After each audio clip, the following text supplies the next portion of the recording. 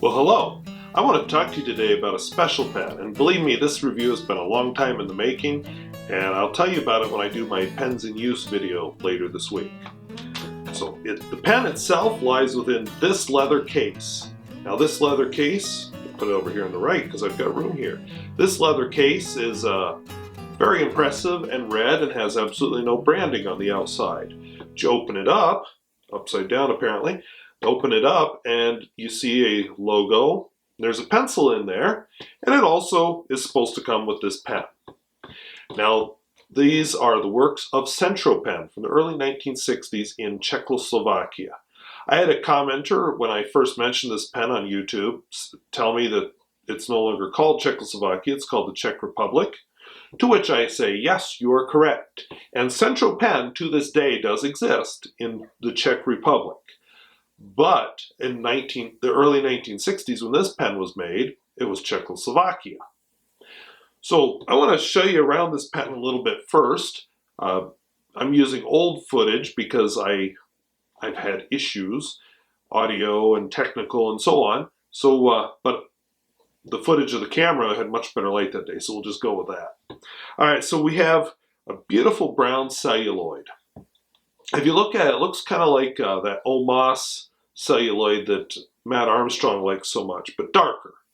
And I like this. I mean, it's just the chatoyancy is gorgeous.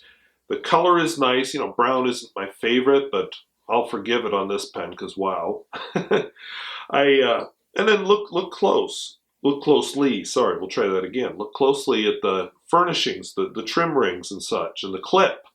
Now here's the clip. It's all worn down because it is a 1960s pen, but doesn't look like the gold plating is worn through to me, does it? To you?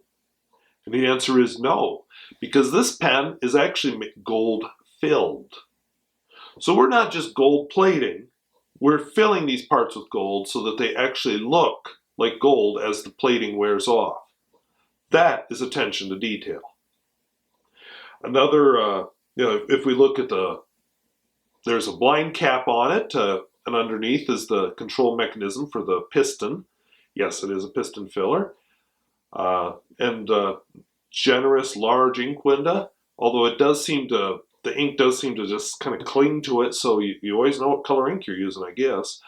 But very nice looking celluloid, the same celluloid on the grip section. And then look at this nib. ISCO, I do not know what that actually means, which is something I wish I would have looked up right now, but I didn't. And then 14 karat gold and 585. But, those are nice. But, the real cool thing about this pen is the writing. So here's a line just made no pressure, or as little pressure as I can manage. Here's another one. But now check out what happens when I use a lot of pressure. That's spectacular. In fact, the website that I bought this from says that it's a triple broad. I do not know enough about nib sizes to verify whether that's true or not. But my understanding of nib size is it's sort of open to interpretation anyway. But needless to say, it is wide line variation anyway. So yes, this is a spectacular pen. Now, I can occasionally get it to railroad, but it does take a lot of writing. A lot of very flexy writing. Just regular writing, this nib has no trouble keeping up. The nib and feed, I should say. And it is an ebonite feed. So it is a glorious, glorious pen. Now, we'll look at the writing on it, a little more detail now. I filmed this the very first time I filmed this review, so we'll look at the writing here. Hopefully my narration can be made to match it through the magic of editing. First of all, I used Ackerman ink in it. Oh, and actually, let's look at the name of that pen. I tried Googling for getting more information on it. I really can't find much, so I'm thinking it's a very limited run pen. But anyway, I used Ackerman ink. I have no idea how to pronounce that because I don't speak Dutch, so we'll just go with it.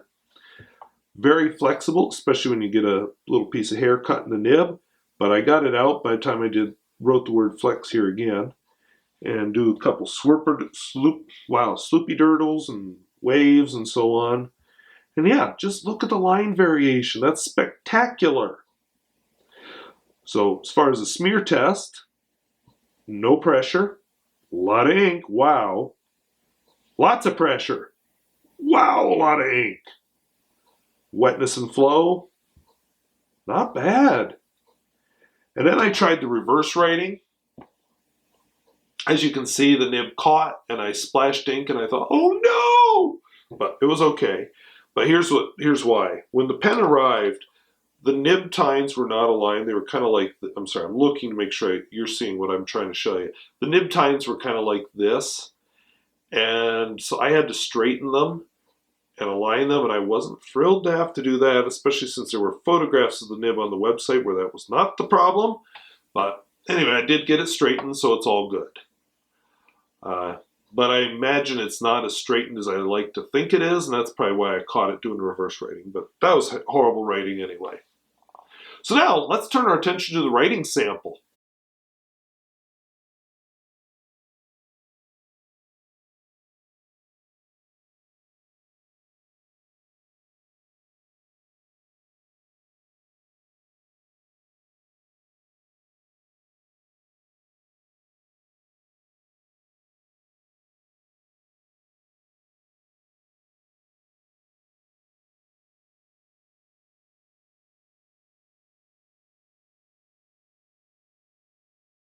In an ideal world, I probably would have used a Czechoslovakian quote, but I didn't think of it till afterwards. So it is what it is.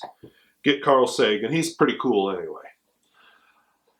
Now, I could talk size. You know, this is smaller than Noodler's Conrad, but honestly, that kind of stuff is boring.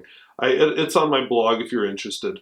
The pen itself, though, was marketed on the website where I bought it as oversized. Generous nib. Yeah, I think that was a little salesman hyperbole. It's not a tiny pen, but you know, it put it next to a Noodler's Conrad, and it is smaller. And I don't consider Noodler's Conrad to be a giant pen. But I don't care. I love this pen. Would I buy it again? Absolutely in a heartbeat. Except it's kind of pricey. Excuse me.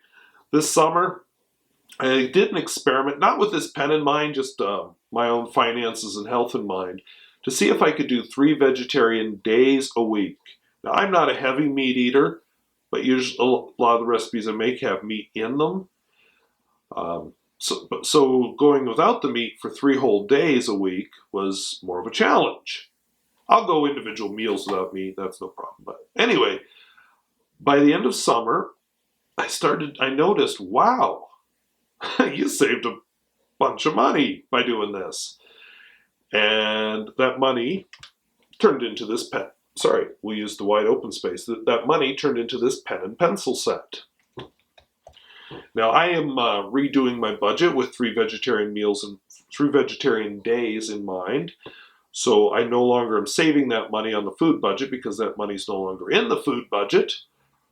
But a lot of other areas of my life are benefiting, so it doesn't have to be just pens. But this was a worthwhile reward for that sacrifice, which turned out to be not as big of a sacrifice as I thought it would be when I started.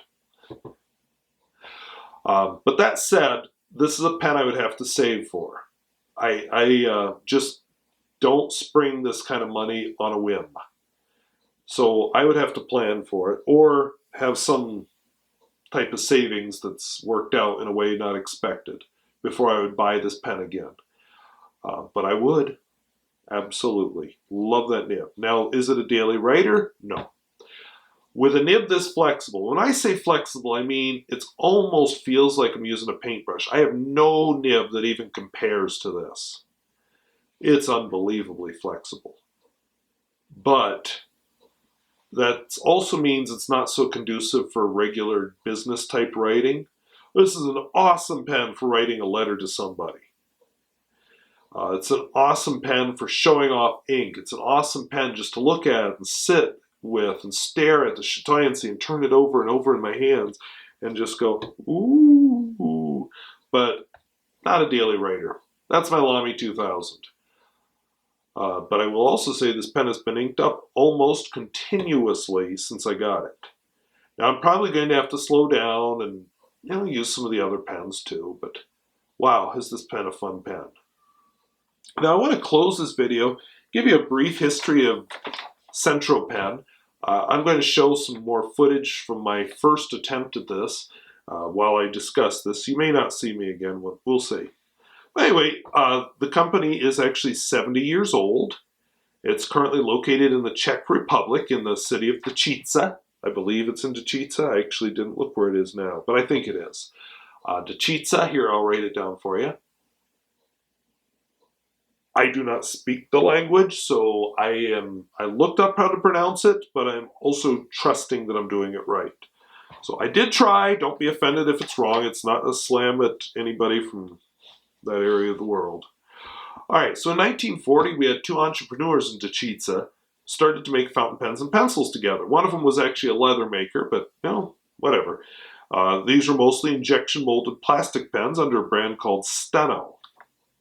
In 1945, the company split. Apparently they'd agreed to do that before, which seems odd to me.